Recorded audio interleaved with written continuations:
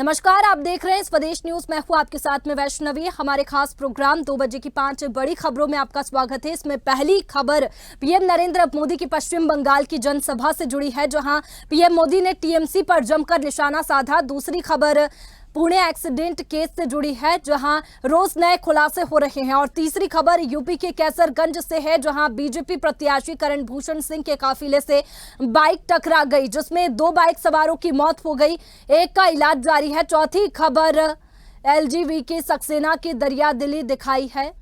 मजदूरों को हर दिन 12 से 3 बजे तक छुट्टी देने का फैसला लिया है और वेतन नहीं काटने की बात कही है। पांचवी खबर बिहार से है, जहां गर्मियों में भी स्कूलों की छुट्टी नहीं दी गई है। गर्मी के कारण छात्राएं बेहोश हो रही है। तो ये 5 बड़ी खबरें हम आपको बताने वाले हैं, जहां प्रधानमंत्री नरेंद्र मोदी का बयान सामने आया।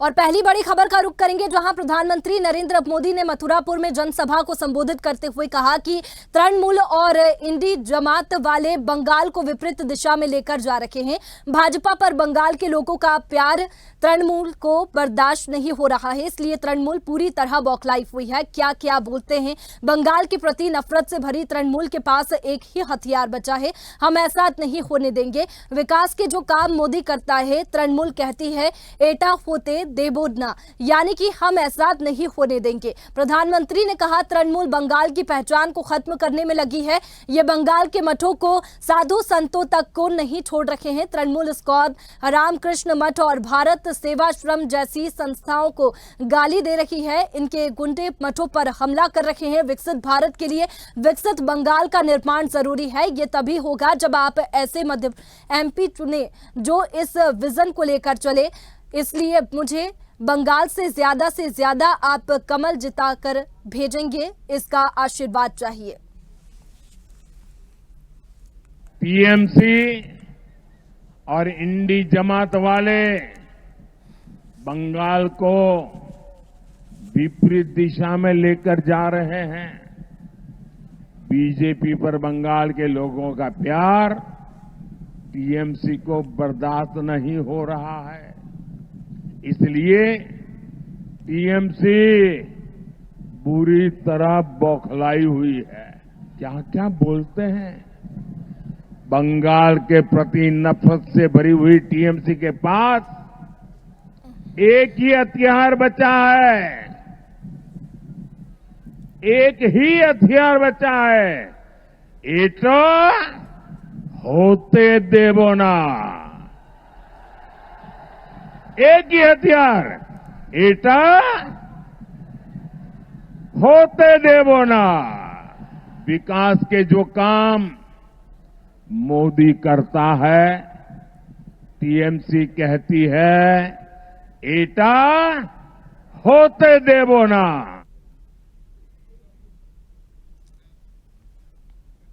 और दूसरी बड़ी खबर का रुख करेंगे, जहां पुणे पोर्च हादसे में लगातार नए खुलासे हो रहे हैं। नाबालिग आरोपी का ब्लड सैंपल बदलने के मामले में 2 डॉक्टरों की गिरफ्तारी के बाद अब पुलिस अधिकारियों ने मंगलवार को कहा कि गिरफ्तार किए अस्पताल के फॉरेंसिक मेडिसिन विभाग के प्रमुख डॉक्टर अजय तावरे ने ब्लड सैंपल लेने से 2 घंटे पहले नाबालिग के पिता के साथ 14 बार फोन पर बात की थी। पुलिस उन्हें स्थानीय अदालत के सामने पेश कर चुकी है और उनके 2 अन्य लोगों की रिमांड मांगी गई है। इस दौरान पुलिस ने अदालत को बताया कि आरोपियों ने नाबालिग का ब्लड सैंपल बदलने के लिए रिश्वत ली थी। पुलिस जांच के मुताबिक नाबालिग के ब्लड के सैंपल को कूड़ेदान में फेंक दिया गया था और उसकी जगह किसी और ऐसे शख्स के सैंपल को जांच के लिए भेजा गया था जो शराब ही नहीं पीता था। सैंपल बदलने का पता तब चला जब पुलिस को खुफिया जानकारी मिली कि ससून अस्पताल में सैंपल के साथ छेड़छाड़ की कोशिश हो सकती है, जिसके बाद पुलिस ने औंध के जिला अस्पताल में नाबालिग से दूसरा सैंपल लिया। दोनों सैंपल 20 मई को एक सरकारी फॉरेंसिक लैब में भेजे गए। एक दिन बाद नाबालिग के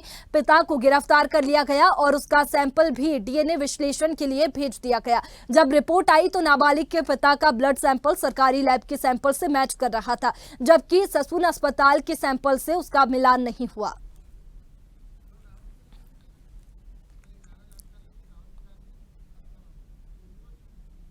और इसी पर ज्यादा जानकारी के साथ ब्यूरो चीफ राहुल हमारे साथ में लाइव जुड़ चुके हैं। राहुल, एक के बाद एक नए खुलासे इस केस में होते हुए नजर आ रहे हैं, फिलहाल क्या अपडेट सामने आ रहा है? बता दूं, शुरू से ही ये पेज उलझता चला जा रहा है। जिस तरह रही जादे ने दो लोगों को जिस तरह से लोगों के मौत के घाट उतार दिया, उसको देखते हुए कहीं न कहीं बार बार इसमें चेंज आ रहा है। शुरुआत में ही बताया जा रहा था कि गाड़ी नहीं चलाया जा रहा है, उसके एक ड्राइवर हैंड ओवर किया जाता है कि ये ड्राइवर ये चला रहा था, जबकि कसमदी भी ये बता रहे थे कि ये गाड़ी चला रहा था, उसको निकाल के मारा गया। दूसरी बार फिर उसको ये बोला गया कि ये नाबालिग है और ये नशे में नहीं था। फोरेंसिक जांच में पाया गया कि फिर उसमें नशे से क्लीन चिट दे दी गई थी, 300 शब्द के निबंध लिखवा के। बार बार ये पेच आ रहे हैं। अब जाके जब ये दो और लोग गिरफ्तार किए गए, पता लगा कि वो खून से छेड़छाड़, फोरेंसिक जांच में पता लगा खून से छेड़छाड़ किए, जो सैंपल लिए गए उसको कूड़े दान में डाल दिए गए। तो जिस तरह से अजय तावड़े और क्या कहते हैं श्री हरि जो सीएमओ है, दोनों को गिरफ्तार की गई और पुलिस चार्जशीट दाखिल की और उसको रिमांड पे मांग रही है। और नए नए पेज इसमें सामने आते जा रहे बेहतरीन। और बता रहा हूँ, जिस तरह से नए पेज पैसे के जोर से और राजनीतिक दबाव के कारण ये सब पैदा हो रहे हैं। लेकिन मीडिया लगातार कवरेज कर रहा है, स्वदेश भी लगातार कवरेज कर रही है और मीडिया भी कवरेज कर रही है। और जब तक ये खुलासा नहीं हो जाता और जब तक वो सजा नहीं मिल जाती और उन दो बच्चों की जो मौत हुई है उसको इंसाफ नहीं मिल जाता, मतलब मीडिया हो चाहे आम पब्लिक हो, उनके पीछे पड़ी हुई है ये रईस जादे को सजा सुनाई जाएगी। और जिस तरह से गिरफ्तारी की मांग की जा रही है इनको रिमांड पे लेने के लिए अजय तावड़े और सीएमओ श्री हरि को, तो उन्होंने सेंटर के साथ छेड़छाड़ की और 3 लाख रुपए के घूस लेकर तो अब 15 से 14 बार बताया जा रहा है पुलिस ने कि उसके पिताजी से बात की थी अजय तावड़े ने सैंपल से पहले, जब सैंपल की जांच हो रही थी और सैंपल लिया जा रहा था, उससे 14 बार फोन कॉल पे बात हुई। तो इससे सीधा सबूत मिलने के कारण भी अभी भी पेच फंसा हुआ है, नए नए मोड़ आ रहे हैं, नई बात पता लग रही है पुलिस को। तो उसको देखते कहीं ना कहीं ये रईस जादों के लिए एक नए सबक होगा अगर सजा हो मिलती है तो। बिल्कुल राहुल, इसके साथ ही फोरेंसिक विभाग के प्रमुख पर भी कई तरह के सवाल उठ रहे हैं। ऐसे में क्या कार्रवाई उन पर और किसकी मिलीभगत इस मामले में सामने आ सकती है? देखिए, शुरू में तो पुलिस पे भी संदेह किया जा रहा था। जब पुलिस पे दबाव पड़ा तो पुलिस ने जिस तरह से सबूतों को मिटाने की कोशिश की थी, उसको देखते हुए मजिस्ट्रेट ने 300 शब्दों का निबंध लिखवा के छोड़ दिया। फिर दूसरा कारण है फोरेंसिक जांचों का, उनके साथ छेड़छाड़ की और उसको डस्टबिन में डाल दिए गए। लेकिन जिस तरह से पुलिस ने फिर ऊपर से दबाव पड़ने का, मीडिया का दबाव पड़ने के कारण, स्वदेश के दबाव पड़ने के कारण फिर उसके बाद जांच शुरू हुई तो पता लगा कि इसमें खून की भी जांच में छेड़ सके। उसके सीएमओ और जो फोरेंसिक जांच का अजय तावड़े है वो पूरी तरह से मिला 3 लाख के रिश्वत लेके उसने और उसके जो लड़के के पिताजी से 15 से 16 बार फोन कॉल पे बात करने के बाद तो पूरी तरह से अभी देखिए नए कारण क्या और भी निकल के आ सकते हैं। जिस तरह से ये दिन से दिन ये केस उलझता भी जा रहा है और सुलझता भी जा रहा है, दोनों बात कही जा सकती है। बेहतरी सुलझ भी रहा है, उलझ भी रहा है। दबाव पड़ने से उलझ जाता है और जैसे ही दबाव पड़ता है तो मीडिया और लोगों का तो सुलझने की कोशिश होती है। तो अब आगे देखते हैं नए मोड़ क्या आता है। लेकिन उनको रिमांड पे मांगने की कोशिश की गई है पुलिस द्वारा कि दोनों को सीएमओ हो और फिर अजय तावड़े दोनों को रिमांड पे 15 दिन की रिमांड मांगी है। जी बिल्कुल राहुल, देखना होगा कि मामले में आगे क्या कुछ सामने आता है। शुक्रिया आपका तमाम जानकारी के लिए। और तीसरी बड़ी खबर का रुख करेंगे, जहां केसरगंज से भाजपा प्रत्याशी करण भूषण सिंह के तेज रफ्तार गाड़ियों के काफिले से एक बाइक के टकराने के 3 लोग इसकी चपेट में आ गए, जिसमें बाइक सवार 2 युवकों की मौके पर ही मौत हो गई। एक अन्य महिला की हालत नाजुक है। प्राथमिक उपचार के बाद उसे मेडिकल कॉलेज रेफर कर दिया गया। हादसा करनेलगंज हुजूरपुर मार्ग पर छतईपुरवा स्थित बैकुंठ डिग्री कॉलेज के करीब बुधवार की सुबह का हुआ।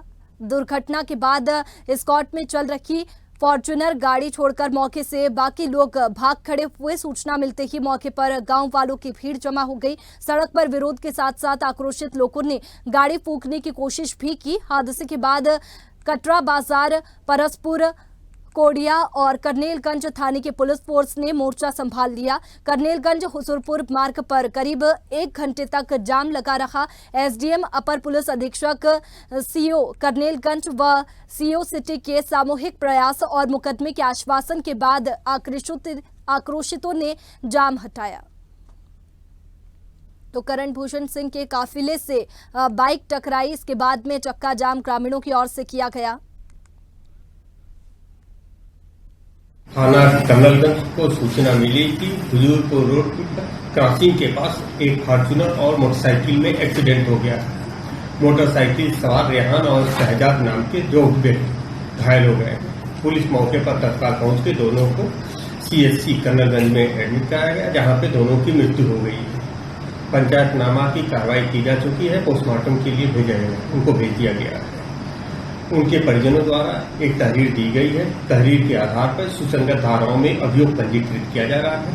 फॉर्च्यूनर को अपने कब्जे में ले लिया गया है। फॉर्च्यूनर का ड्राइवर भी हिरासत में ले लिया गया है।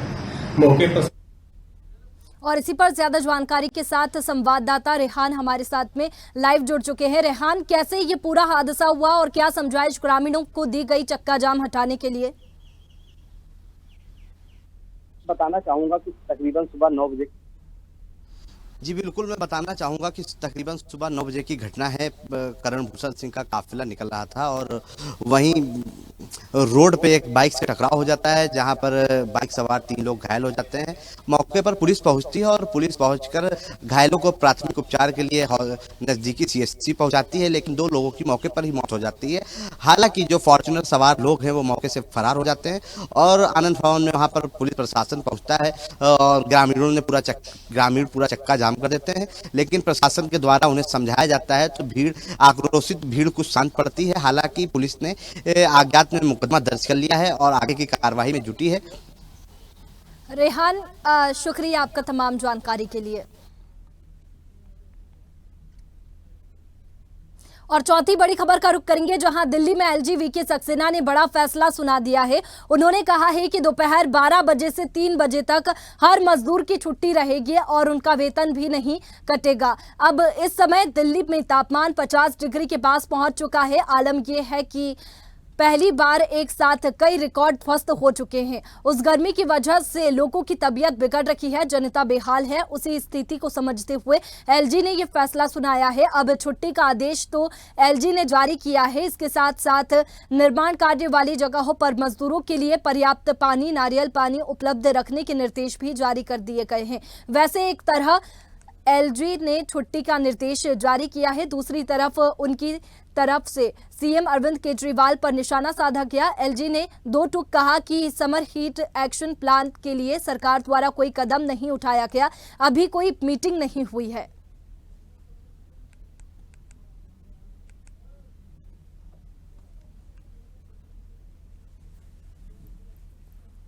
तो गर्मी को देखते हुए एलजी ने यह फैसला सुनाया है और दिल्ली एलजी वीके सक्सेना का ये बड़ा फैसला है। मजदूरों को एक बड़ी राहत मिली है। 12 से 3 बजे तक कोई काम मजदूर करते हुए नजर नहीं आएंगे। गर्मी को देखते हुए एलजी ने यह बड़ा फैसला सुनाया है, एक बड़ी राहत मजदूरों को मिली है और इसी के साथ अरविंद केजरीवाल पर भी उन्होंने निशाना साधा।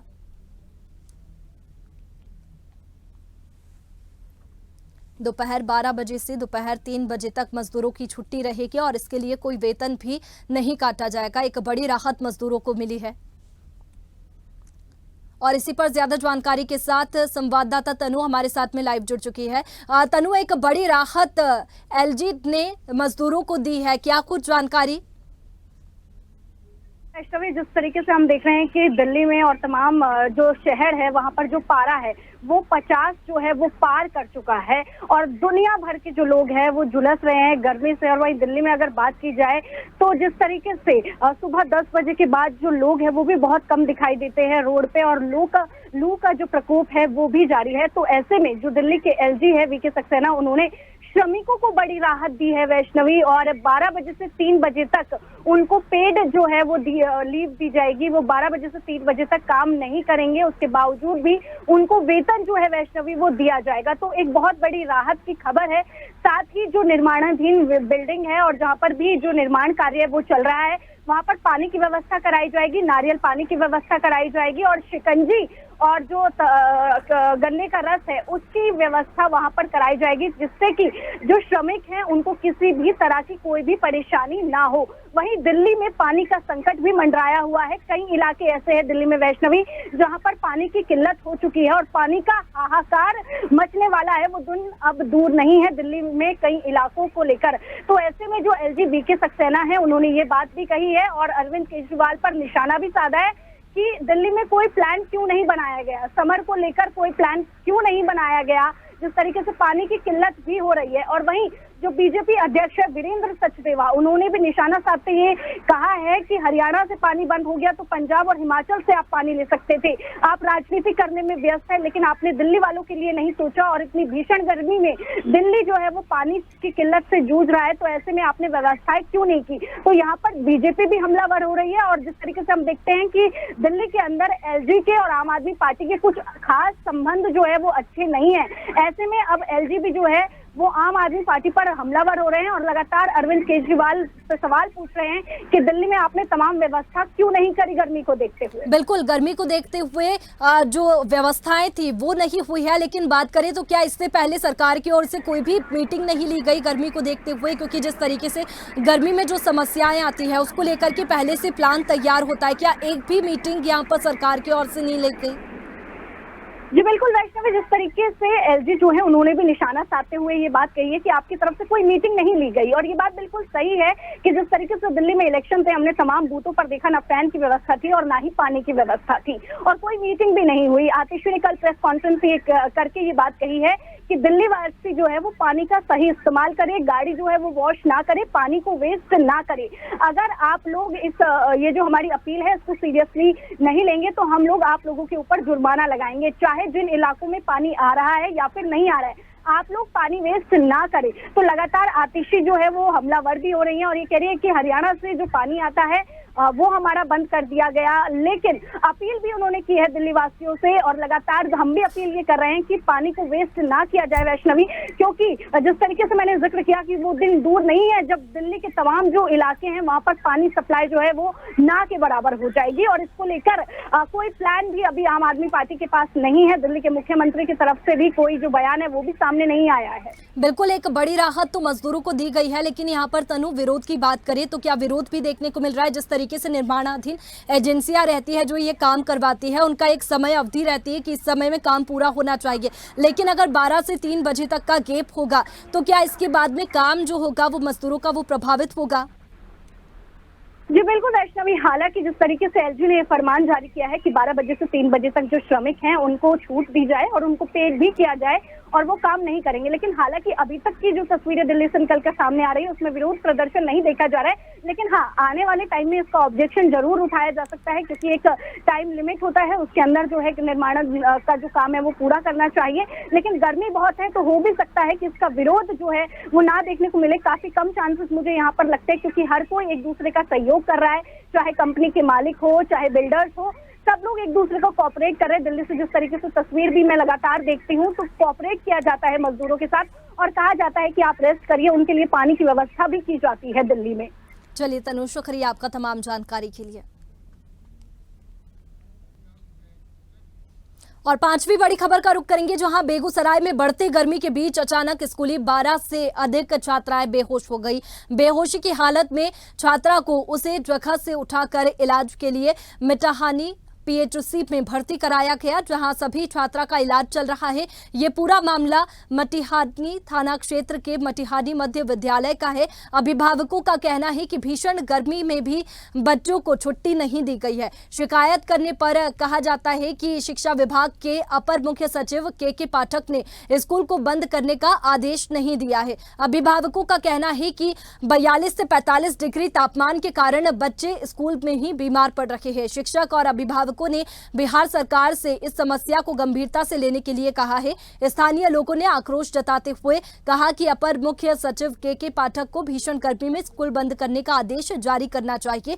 इस कारण शिक्षक एवं विद्यालय में पढ़ रहे छात्र एवं छात्रा काफी परेशान हैं। उन्होंने बताया कि आज 42 डिग्री सेल्सियस तापमान है, सरकार इस मामले को गंभीरता से ले। और इसी पर ज्यादा जानकारी के साथ ब्यूरो चीफ धर्मेंद्र हमारे साथ में जुड़ गए हैं। धर्मेंद्र, एक तरफ गर्मी को देखते हुए जहां स्कूलों में छुट्टी दे दी जाती है, वहीं बिहार में एक ऐसा स्कूल जहां पर छुट्टी नहीं दी गई है, क्या कुछ जानकारी नहीं दी गई है? कुछ जानकारी धर्मेंद्र, आवाज पहुंच रही है आप तक? चलिए, धर्मेंद्र से संपर्क नहीं हो पा रहा है। तो 12 से ज्यादा छात्राएं बेहोश हुई हैं, जिन्हें अस्पताल में भर्ती किया गया है, जहां उनका उपचार जारी है। बता दें कि मटिहानी मध्य स्कूल का ये मामला है, जहां पर 12 से ज्यादा छात्राएं बेहोश हुई है। गर्मी की वजह से ये स्थिति देखने को मिली।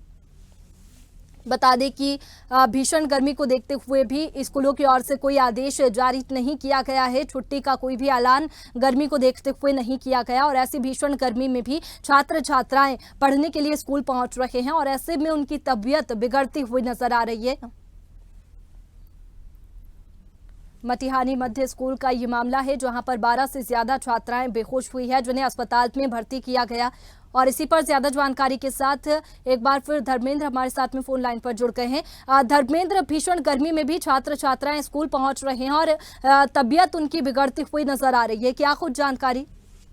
जी, सबसे बड़ी बात मैं ये बता दूं कि हीट स्ट्रोक कल से ही बिहार में दौर जारी है। आज भी बिहार के कई जिले यानी मुंगेर, औरंगाबाद, छपरा सहित कई अन्य जिलों में हीट स्ट्रोक की बच्चियां शिकार हुई है। सबसे बड़ी बात यह है कि जिस तरह से तापमान अचानक बढ़ गई है और बढ़ने के बाद जो व्यवस्था है, उस व्यवस्था के कारण विद्यालय में जो व्यवस्था है उसके मुताबिक बच्चों को ठीक से उपचार नहीं हो पाता है और आनन फानन उन्हें सदर अस्पताल या स्थानीय अस्पताल में भर्ती करवाया जाता है। सबसे बड़ी बात है ये कि जिस तरह से भीषण गर्मी चल रही है और इस तरह से इस स्थिति में सभी के लोगों का कहना है कि विद्यालय बंद करवाया जाए। सरकार से भी अनुमान किया है कि बिहार सरकार को चाहिए कि इस गर्मी में विद्यालय बंद करवाया जाए। वहीं प्रसिद्ध चिकित्सक का कहना है, प्रसिद्ध चिकित्सक बीबी बॉस का कहना है कि जिस प्रकार से हीट स्ट्रोक का वे चला है, इसमें निश्चित रूप से सबसे पहले गर्भवती महिलाएं, नवजात बच्चे एवं छोटे छोटे बच्चों को परहेज करना चाहिए। ऐसी हालात में ये सभी लोग अपने घर से बाहर नहीं निकलें, ग्लूकोज लें, गमछा रखें, यानी पूरे स्थिति को स्वयं बदलें, अन्यथा वो चपेट में आ सकते हैं। यही कारण है कि अभी का जो स्थिति है और अभी का जो जिस तरह से स्थिति है कि औरंगाबाद में भी 4 बच्चे बेहोश हो गए हैं, मुंगेर के तारापुर, धरारा, जमालपुर, संग्रामपुर सहित मध्य विद्यालय एवं प्राथमिक विद्यालयों में दर्जनों बच्चियां जो है बीमार हो गई है, बेहोश हो गई है। तो उन सभी को तत्काल जो है स्थानीय PHCH में भर्ती करवाया गया है और डॉक्टरों का कहना है कि ये गर्मी के कारण हो गया है। ऐसी परिस्थिति में गर्मी जब डॉक्टरों का कहना है कि जब शरीर का यानी इंसान का तापमान कम हो जाए और बाहरी तापमान जब अधिक हो जाती है तो उस तरह की स्थिति उत्पन्न होती है।